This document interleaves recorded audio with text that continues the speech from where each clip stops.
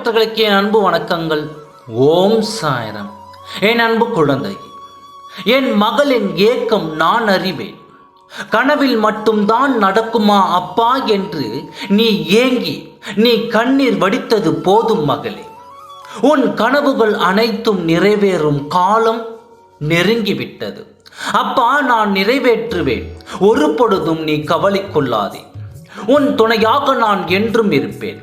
ஏன் நீ அழைக்காமலேயே நான் வருவேன்.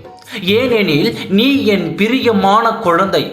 அளவில்லாத துன்பத்தை அனுபவித்துக் கொண்டிருக்கிறேன். சாயப்பா என்று தானே நீ வருந்துகிறாய். நீ இனி அடைய போகும் மகிழ்ச்சிக்கும் நீ இனி பெறப்போகும் வெற்றிக்கும் அளவுகள் என்ன என்பதை நீ அறிவாயா? வீசும் காற்றுக்கு அளவுகள் தெரியாது. சுடர்கொண்டு எரியும் நெருப்புக்கு அளவை ஏற்ற முடியாது. பரந்த ஆகாயத்திற்கு எல்லை இல்லை என்ற அளவுகோல் இல்லை. சரி, நீ போகும் தூரத்திற்கும் கடக்கும் பாதைக்கும் அனுபவங்களுக்கும் அளவுகோல் உண்டா?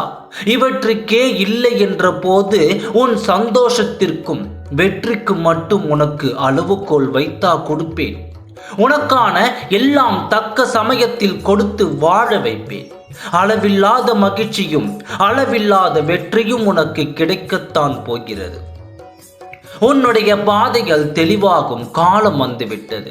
நீ மனம் நொந்து போன விஷயங்கள் எல்லாம் இப்பொழுது உன் மனம் மகிழும் அளவிற்கு இனிமேல் எல்லாம் மாறும். நீ கவலைப்பட்ட விஷயங்கள் எல்லாம் இனி உனக்கு சந்தோஷம் கொடுப்பதாக மாறும். நீ கண்ணீர் விட்ட நிகழ்வுகளை எல்லாம் நினைத்து சிரித்து கொள்ளும் காலம் இது. ஒன்றும் புரியவில்லையா? நான் உனக்கு பலமுறை கூறியுள்ளேன். இப்பொழுது நீ கண்ணீர் விட்டு கவலைப்படும் விஷயங்கள் எல்லாம் நாளை கனவு போல் கலைந்துவிடும். அந்த தருணத்தில் இதற்காகவா அழுதோம், இதற்காகவா கண்ணீர் விட்டோம் என்று நினைத்து சிரித்து கொள்வாய். நீ இத்தனை நாள் என்னிடம் ஏங்கி கேட்டு காத்திருந்தது எல்லாம் சர்வ சாதாரணமாக நிகழ்ந்து முடிந்திருக்கும். நீ பட்ட கஷ்டங்கள் எல்லாம் மறந்து சிறிது சந்தோஷமாக இருக்கப் போகிறாய். வாழ்க்கையில் கஷ்டம், துன்பம், வலி என்பது சிறிது கஷ்டம் என எதுவும் கிடையாது.